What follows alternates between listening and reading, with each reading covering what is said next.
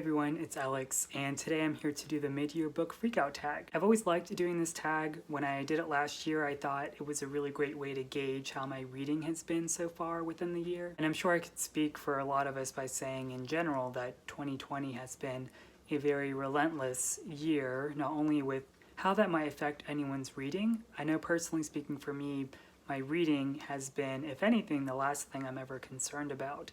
I think I've only read about 30 books this year, which is still great, but in comparison to previous years, it has been a bit behind more than normal of what I would have read by now. With recent events, I feel like it's just a bit strange having to, even like thinking of spaces like BookTube or me feeling so preoccupied by what's going on in the world, especially even recently thinking about Dominique Fells and Rhea Milton. They're two trans people of color that were recently killed. And then in Atlanta, Georgia, Rayshard Brooks was also killed recently by sleeping in a Wendy's parking lot. So I definitely think it goes without saying that I totally understand with anyone reading, which really, I mean, in the grand scheme of things, reading doesn't really matter.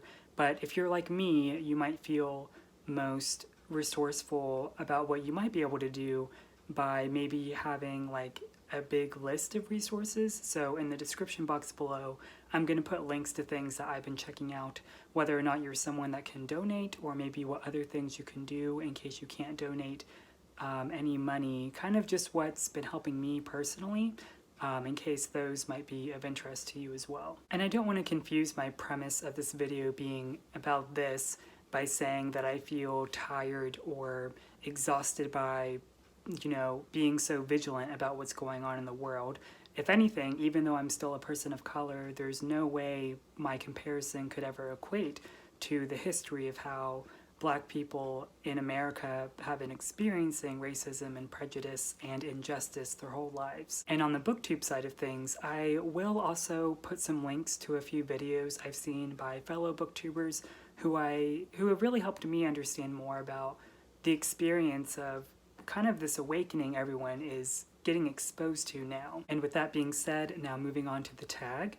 Looks like the first question is, what is the best book I read so far this year? And for this one, I would easily give it to Arturo's Island by Elsa Morante. This story is about a boy named Arturo as his father brings back his new wife, Nunziata, as they all three live together at the coast of Naples, Italy. I first heard about Elsa Morante because she's constantly cited by Elena Ferrante as being the primary inspiration for Ferrante's books and her writing style. So I was immediately excited to read this book, although initially reading it, I did have my own misgivings. Unlike Ferrante's novels, Arturo's Island centers around a male protagonist who is insensitive, immature, and has a horrible attitude. But despite all of those things, Morante's writing style really shines as she's really committed to not trying to justify or really repel the reader from Arturo's spoiled behavior. Instead, I think that Morante does such a great job at effortlessly defining consequence within an ecosystem of family. As Arturo grows into his adolescence, we know that he idolizes his father, and the apple really doesn't fall too far from the tree. Arturo's father is cruel and insensitive to his new wife, who's only a few years older than Arturo himself,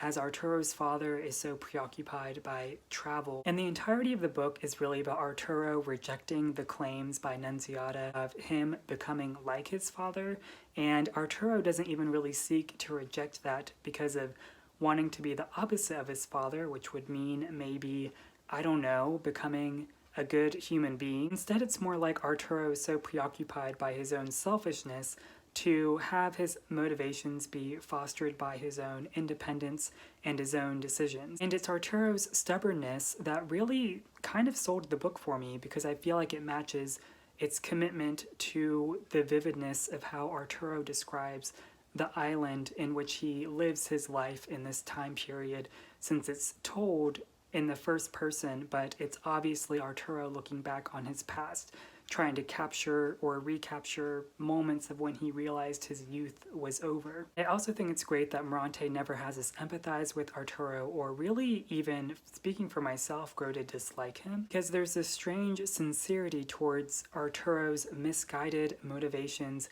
one being that he definitely gets into some weird territory with his stepmother. But to me, all of that is at the expense of kind of really finding myself fascinated by Nunziata, who's Arturo's stepmother, and also Arturo's father, and kind of how whenever we think back to the nostalgia of our youth, how we think it's so much of a greater mystery than what it really was, and how we only have inklings of the vignettes of what's going on around the people around us. Towards the end of the book, Arturo even admits that the greatest mystery to his life that he's just realizing is himself. And initially I thought I would find that line to be really self-congratulatory and that the whole book would feel like dirty by how I can't really like explain just how not disheartening Arturo is, but just how frustrating he is to read as a character, but he's definitely endearing. So I highly recommend this book. I would really like to know what people think of Arturo as a character. He's definitely one of the most memorable characters I've read in a really long time. The second question is the best sequel I've read this year, and I guess that would be In the Shadow of Young Girls by Marcel Proust. Although I haven't finished it, I'm only like 20 pages in, but I read In Search of Lost Time earlier this year, and I really liked it. There was something really mesmerizing about the prose that I initially thought would become very dry and kind of boring, but it really engaged me and kept my interest. So I'm really curious, with this being the only contender for the sequel for my reading year, how I'll come to think of it, and I hope I really like it. Question 3 is a new release I haven't read yet, but want to. I'm gonna give this one to Exciting Times by Naoise Dolan. Apparently this is about an Irish millennial that goes off to teach in Hong Kong and then gets into a love triangle. So it totally sounds up my alley in kind of like the realm of it being like a Sally Rooney book, which I've heard it compared to. Apparently this is already getting adapted like somewhere, somehow, so the buzz, I guess, is really great. So I'm really excited to see what I make of it too. Question 4 is the most anticipated release of the second half of the year, and I'm going to give that to The Lying Life of Adults by Elena Ferrante. I've mentioned this before when I've talked about Ferrante, but I've always liked how she writes about beauty as excess. And having read Arturo's Island, it kind of made me, again, there was a lot of subject matter about beauty and ugliness in Arturo's Island, and I really like how that made me think about as beauty as betrayal. So now that this is a brand new story by Ferrante, I'm really curious how she'll continue to reinvent the wheel about how she talks about the physical appearances of characters so often. And again, with the past video I did on Elena Ferrante, how Ferrante doesn't believe in the suffering of her characters, but she believes in their resilience and how they can get through it. So I'm really curious how she'll sort of dissect this new character, Giovanna. Question 5 is my biggest disappointment of the year, and I feel like, unfortunately, I have contenders, so more than one. I did a video on Cleanness by Garth Greenwell, so that's definitely one of them. I also have Trust Exercise by Susan Choi, and really this is a story about the subjectivity of storytelling, and it reads a lot like a cautionary tale. It centers around a performing arts school and the difference between fiction and the truth of fiction. I'm really confused why this book is lauded as this nuance to narrative whenever there are past books that I feel like did it way better, like The Rehearsal by Eleanor Catton. The Rehearsal is also about a performing arts school, and I think it does such a much better job at a payoff at the end by feeling like I was rewarded as a reader versus only what I felt was so gimmicky with Trust Exercise, so this one definitely wasn't for me. Recently there was also Swimming in the Dark by Tomasz Jadrowski, and honestly this one was just so boring. When I last talked about my progress with this book, I was kind of wondering about where it would go to feel any different other than just being a gay book, and really all it seems to manage to do is surround itself in this very specific historical fiction setting, which I guess was supposed to be justifiable. Really all it was with the main character, he would have these paragraphs of internal monologue where he would just say really flowery, boring stuff.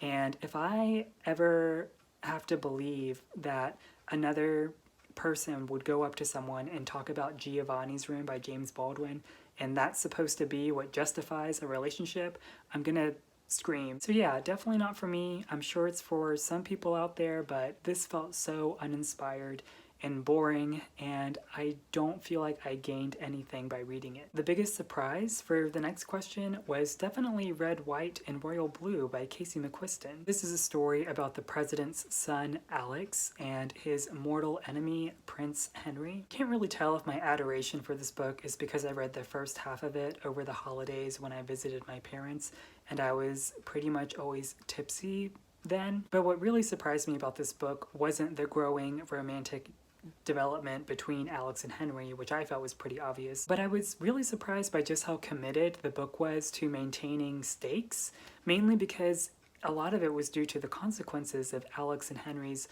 developing romantic relationship also affecting their high status in the world. It was also a nice surprise that this is an LGBTQ story that's more focused on the macro instead of the micro.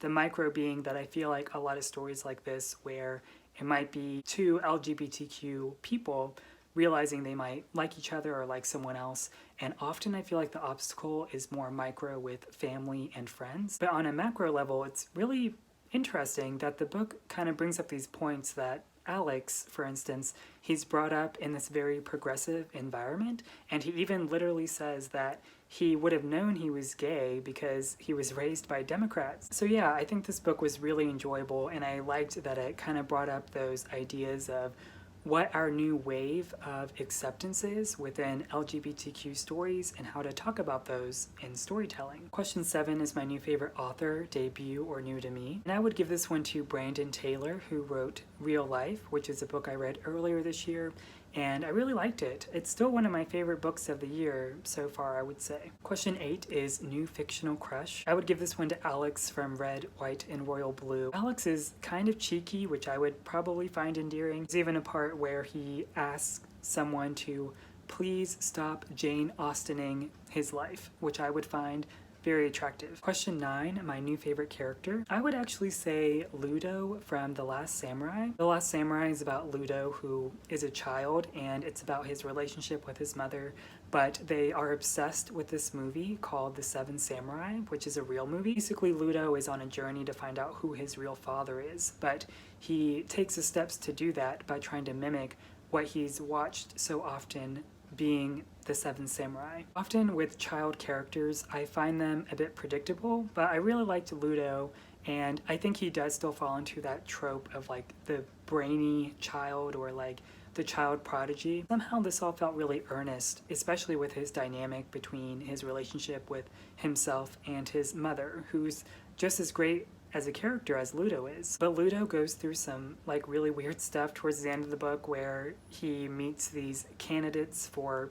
who his father is, and some weird stuff happens. But Ludo overall, whether it's him like very early reading like the Odyssey and stuff on public transport, Ludo was really fun to read about, so I would say my favorite character. Question 10 is a book that made me cry, and luckily I've been spared so far this year, so none of them so far. Question 11 is a book that made me happy, and I would give it to All the Lives We Ever Lived by Catherine Smith. This is actually a memoir, and it's about how Smith, with her father recently passing, she really begins to dissect and reread To the Lighthouse by Virginia Woolf. Obviously at her father's passing, that's not why this book made me happy, but in any instance where I get to read about someone reading about how something, and it doesn't even have to be a book, it could be anything else, but whatever that thing is, if I get a chance to explore how that really helped someone, I just find it all really fascinating, and it certainly helps that I love Virginia Woolf as well, so getting to read Catherine Smith's thoughts throughout all of this in this book was really enjoyable for me. Question 12 is most beautiful book I bought or received. I'm gonna give this one to What Matters in Jane Austen by John Mullen. I'm really excited to read this for Jane Austen July coming up next month, but I heard about it on Katie at Books and Things channel sometime last year, I think. But with this cover, I really like the design of it. I think it really just jumps out to me, not only to be excited about how much I enjoy Jane Austen, but it seems like a really interesting and inviting cover in general. So, and the final question is what books I have to read by the end of the year. And of course, the true answer that we all know is that there are none. In my 2020 reading goals video, I did point out how I'm less focused about how many books I finish throughout the year, and I'm more concerned about how many pages I manage to read daily, even if that's like 5 pages a day. If I had to pick an answer, I might say something like the rest of the Marcel Proust In Search of Lost Time books, but even with that, beyond thinking of those books, I can't really think of anything else other than what happens to catch my eye throughout the second half of the year. And the only thing left to do now is to tag some people. So I do have a few people I wanted to mention.